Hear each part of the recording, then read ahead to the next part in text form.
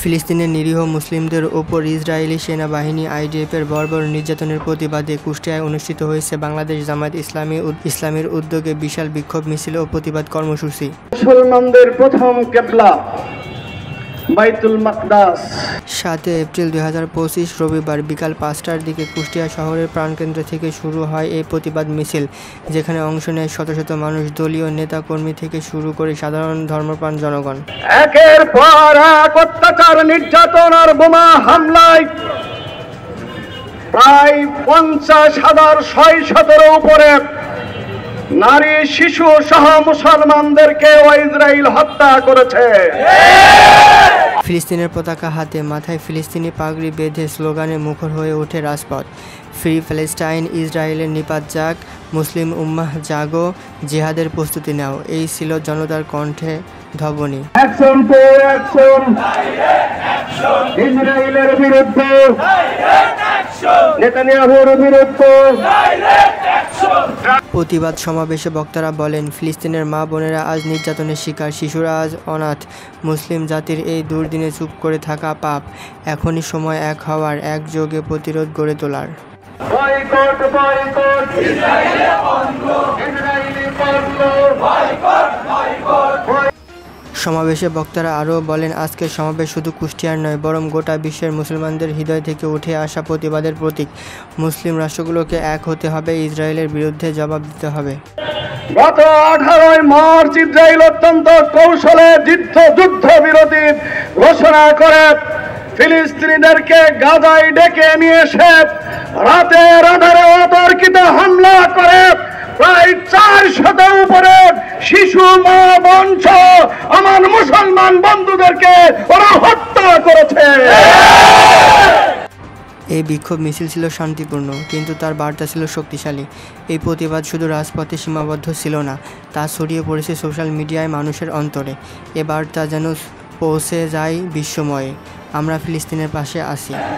প্রিয় ভাইরা আমার, ইসরায়েলের নেককারজনক হামলা এবং মুসলমানদেরকে হত্যার জন্য আমরা শুধু ইসরায়েলকেই দায়ী করতে চাই না, ওই জাতিসংঘ নামে মুসলমানদের যেখানে কোনো অংশীদারিত্ব নেই, ওই জাতিসংঘকেও আমরা চরমভাবে দায়ী করতে চাই।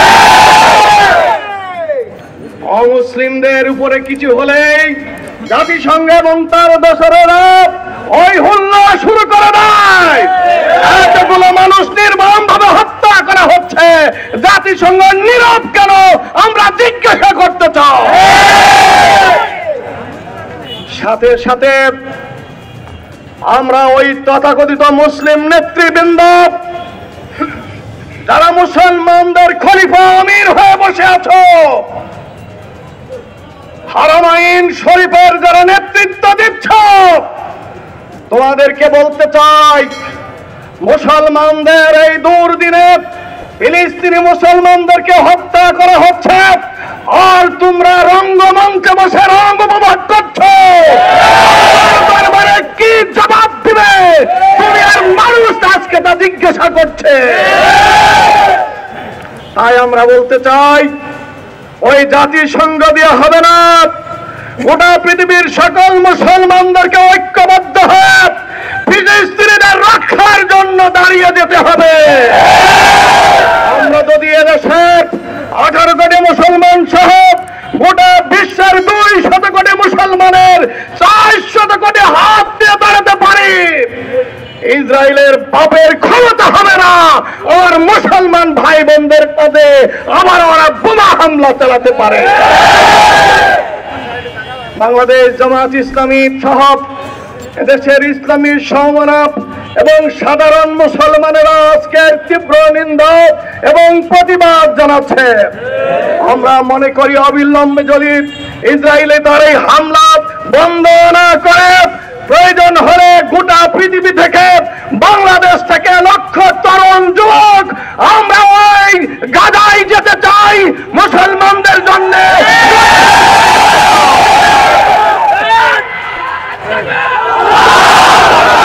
সম্মানিত ভাইরা আমার, রব বলেছেন, ওমা লাকুম লা তুকাতিলুনা ফি সাবিলিল্লাহ, তোমাদের কি হলো ওই ফিলিস্তিনের গাজায় মা বোন শিশু আবাল বৃদ্ধ বনিতা মজলুম হওয়ার কারণে আল্লাহর কাছে ফরিয়াদ করে কাঁদছে, আর তোমরা ঘরে বসে আছো।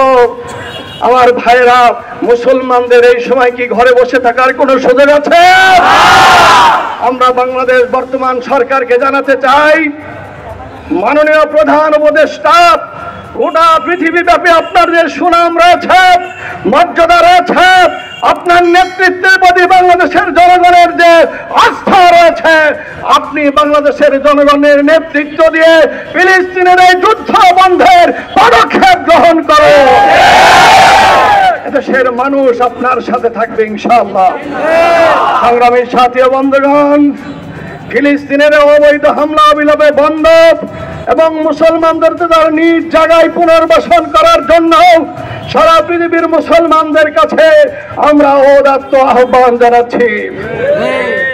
আর এর জন্য যদি প্রয়োজন হয় আরো কর্মসূচি পালন করা হবে। আগামী দিনের সকল কর্মসূচির সঙ্গে আপনাদেরকে একাত্মতা ঘোষণার ঔদাত্ত আহ্বান রেখে আজকের এই সংক্ষিপ্ত সমাবেশ আমরা এখানে শেষ করছি। বাংলাদেশ জিন্দাবাদ, ফিলিস্তিন জিন্দাবাদ, ইসরায়েলি পণ্য বয়কট বয়কট বয়কট। সবাইকে ধন্যবাদ। আসসালামু আলাইকুম ওয়া রাহমাতুল্লাহ।